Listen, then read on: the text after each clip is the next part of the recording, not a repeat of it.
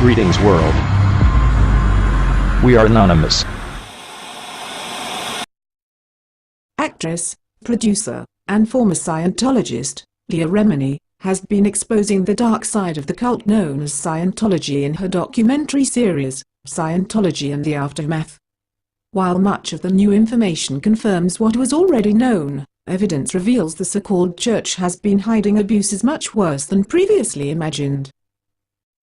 A program about our religion, hosted by Miss Remini, is doomed to be a cheap reality TV show. Miss Remini is now joined at the hip with this collection of deadbeats, admitted liars, self-admitted perjurers, wife-beaters, and worse. What's the Church of Scientology so afraid of? When I first started filming this show, I thought I would just be documenting stories of families that were torn apart by the Church of Scientology's policies and practices. But what I uncovered was much deeper and darker than I ever expected. What you're about to see sheds a light on the truth of what's really going on with this church. A church that I promoted, defended, and believed in most of my life. After the first season of Remini's documentary series, the show gained massive support. They've since hired lawyers and contacted authorities in the hopes they can obtain justice for Scientology's victims. Her show reveals the inner workings of the cult, which functions more like a corporate dictatorship, with David Miscavige as the dictator. Scientology members, including celebrities, are closely monitored and sheltered by the church, which they are constantly required to invest in. Members are fed propaganda that leads them to believe Scientology is responsible for numerous great accomplishments around the world, from helping societies conquer drug addiction, to providing humanitarian aid to war-torn regions. In fact, these initiatives either have nothing to do with the Church of Scientology, or they never took place at all. Behind closed doors, members who veer from their dictated path within the church find themselves separated from their families, beaten, and imprisoned. Scientologists believe that children are merely adults in young bodies, and as such, they are subjected to the same abuses as adults. It is also their belief that family relationships are meaningless since, for example, your daughter in this life may be your sister or wife in another. All of these factors create a volatile environment that allows abuse to flourish. Provided here are a few of the most shocking revelations to come from Remini's documentary series. The following testimonies are from former Scientology members who are now considered suppressive persons, or enemies of the church.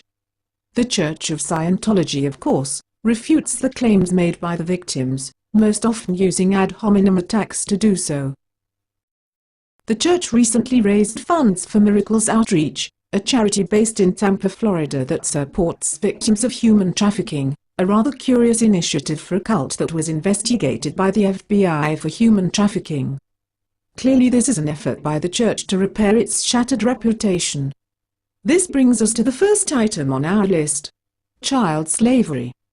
The following testimonies come from Nathan Rich and Tara Rail, both of whom were raised into Scientology and held at the Mace Kingsley Ranch.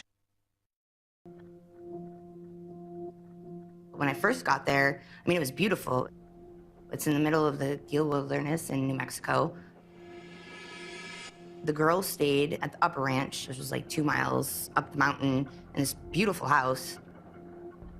Everything else we did down at the lower ranch. That's where the boys stayed. We had our course down there, auditing. And for all intents and purposes, it looked great. Like, I saw kids working and stuff like that.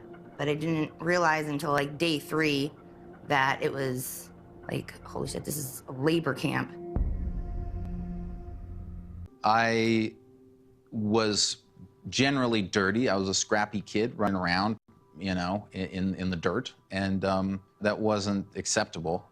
One of the security guards was told that he needed to give me what they call the GI shower. And essentially what he did is he took me out from muster to that communal shower stall and had all of the students and staff, including the girls, surround the fence and look in while he scrubbed me with a metal fence brush. Oh my God. He was very careful not to give me anything more than some scratches. What in the f? So you have heard that tape of Wally Hanks beating Marco? Yeah, yeah. He says that's a made-up, manufactured tape that doesn't have anything to do with him. That is definitely his voice. I recognize it immediately. I could pick it out from a voice lineup. I mean, it's him. Marco, look at that picture of ORH. This is his policy. Look at the picture of ORH. That's it. Move forward. Turn around. You got 5 more coming. You got 5 more coming. Enough, man. I said sit down in the chair. Right there.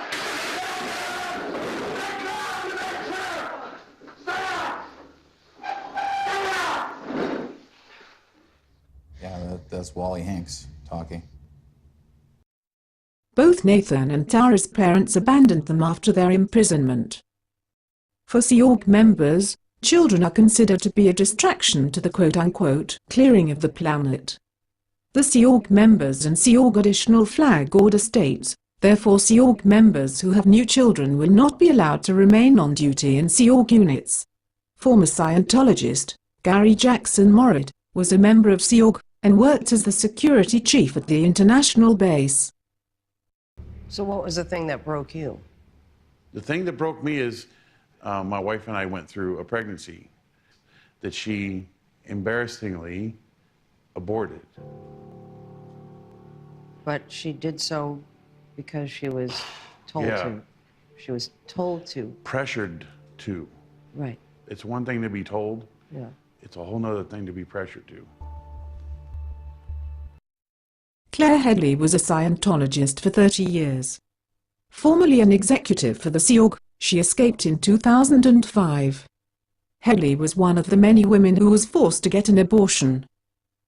You were married at what age? I was 17, Mark was 19. When I joined the Sea organization, I knew that their policy was no kids allowed. If a woman got pregnant, she would instantly be scheduled to go and get an abortion. If she refused in any manner, she would be segregated, not allowed to speak with her husband, put under security watch, put on heavy manual labor, and interrogated for her crimes as to why she wanted to leave, because the reality was... That getting pregnant meant you wanted to leave. That's exactly right. Yes. At one point, I made a list of all the people I absolutely knew had had abortions, and it was more than 50 women. Some of them had had up to 6. If you were in the Sea organization and you got pregnant, you were expected to have an abortion. The church claims that pressuring women to have an abortion has either never happened or doesn't happen anymore. The truth of the matter is, it is a mortal sin to get pregnant as a Sea Org member, because that means you will have to leave the Sea organization and thereby break your billion-year contract.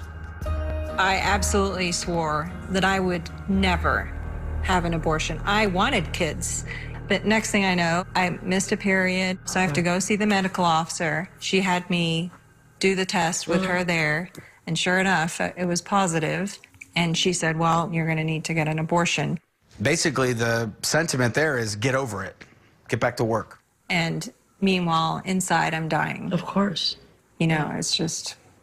I know. Worst fear come true. You know, some wounds you can't heal. Yeah. Of course, yes, I can go. Well, now I have 3 beautiful children who are my life. But it doesn't make it easier to deal with it.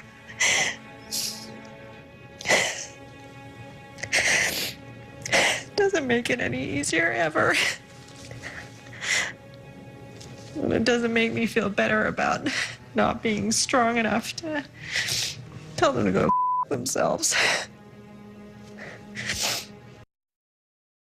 As previously mentioned, the ideas held about children and family create an environment in which children are easy targets of pedophilia. The following testimonies are from Miriam Francis and Saina Kamula. Both were born into the cult of Scientology. My dad is caring for us, so he's a single parent essentially. During this time, he begins to sexually abuse me. It would be in the night. I'd be asleep. I would wake up to it happening. He would be. I don't want to get into detail about what actually he was doing to me. Yeah.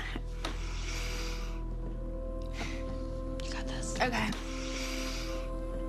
So at the time, I would start to internalize, and I just didn't want to exist in that moment. So I would actually say to myself, I would repeat this line: I want to die, I want to die, I want to die. Imagine like a 3, 4, or 5-year-old child saying that to themselves for the first time, recognizing that they don't want to exist, that they want to die at that age. That was my first idea of, I want to end my own life.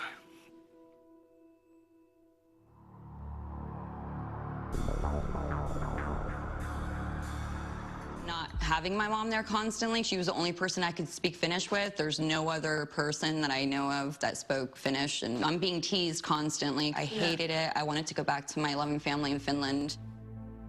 About a year in, I'd learned quite a bit of English, but I was still bullied for my accent and how I spoke, and I felt very alone.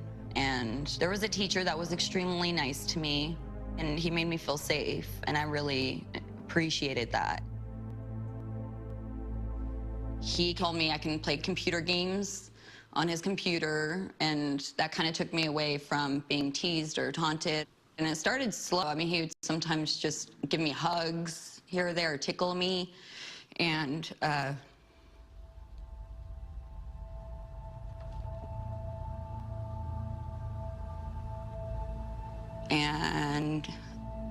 it just kind of like slowly, gradually evolved into, you know, him having me sit on his lap, you know, while he's teaching me games, his hand's over my hand. It just seems innocuous enough. But then there became like grinding and rubbing and really tight hugs that I felt very uncomfortable in, kisses on the neck. And then I remember the main time was the scariest was he was panting, breathing, I remember fingers under my shirt, and he got up and he locked the doors.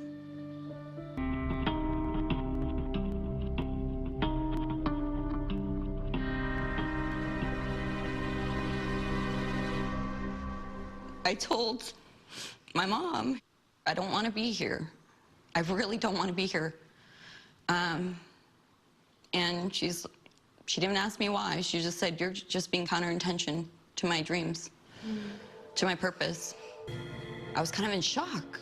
This is my mom. This is who I, you know, went across the ocean with, and she's my only person. There was another teacher there that I felt more comfortable telling about what happened. And I remember her grabbing my arm, and I just feel like, I remember feeling so ashamed. And this teacher, she told me, you know, you are nattering. And nattering is a Scientology word for finding fault with or criticizing. Scientology officials were aware of the multiple acts of sexual abuse Miriam Frances endured at the hands of her father. Yet in 2001, she was sent to work at the same Sea Org base as him. The church eventually offered Miriam her freedom. However, in return, she was expected to sign an affidavit promising she would not sue them for their participation in her abuse, or lack thereof. When she refused, the church threatened to hold her against her will. Sana Camula was sent to another facility for children after trying to get help for the sexual abuse she endured. But the teacher who sexually abused her simply followed her to the new facility where he continued the abuse. Many have now been born into this cult, and have no other understanding of the world. Those who escape often find themselves joining society with no formal education, no driver's license, no work history or rental history, and in some cases, no family outside of Scientology to offer any help. Although it was a movement that started by chance, Leah Remini's efforts have resulted in a support network for former Scientologists, and the victims of this so-called religion. We applaud her efforts, and will report on further revelations. To read the transcript to this report, and for links to sources, please visit www.anonbay.co. We are anonymous. We do not forgive. We do not forget. Expect us.